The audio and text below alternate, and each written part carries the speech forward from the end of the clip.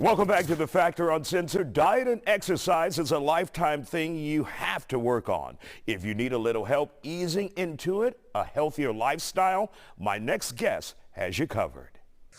And joining us now here on The Factor Uncensored tonight is Dr. Michelle Udemurthy from Kelsey Sebo. Glad to have you back on The Factor.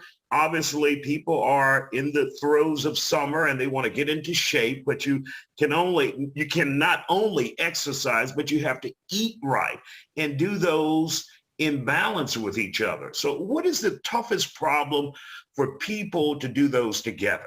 So it's hard to make lifestyle changes in general, I'll be honest, but it's something that's very doable.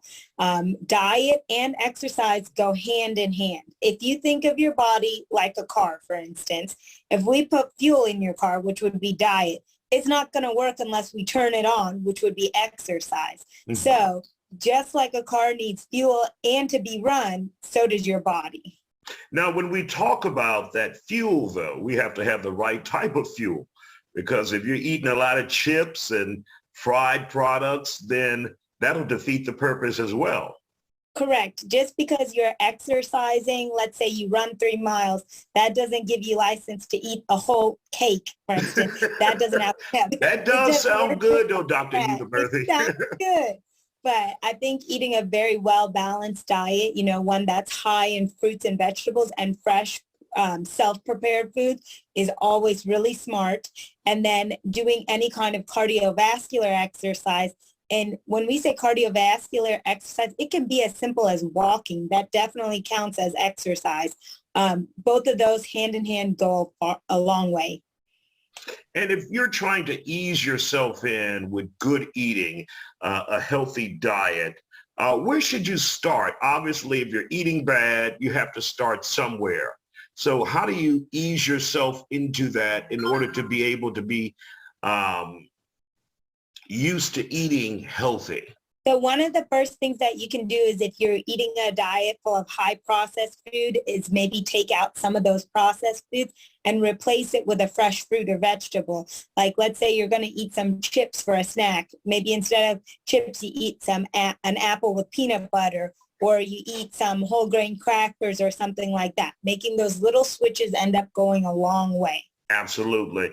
And when it comes to exercise, you said even walking outside, if you live in a 2-story house, taking advantage of the steps or the stairs in your house. Exactly. I know it's really hot outside and nobody's really eager to get out and walk, but exactly what you said, if you're in a 2-story house, maybe just walking up the stairs 10 times or so, that would be a really great exercise.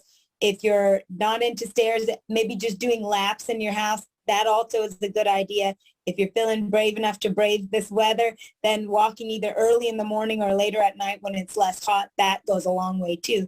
And again, that you want to ease into as well. If you have not been exercising, maybe doing 15 to 20 minutes in the beginning and bumping that up slowly over time till you get to 30 to 45 minutes, that would be a better way of easing your body into it.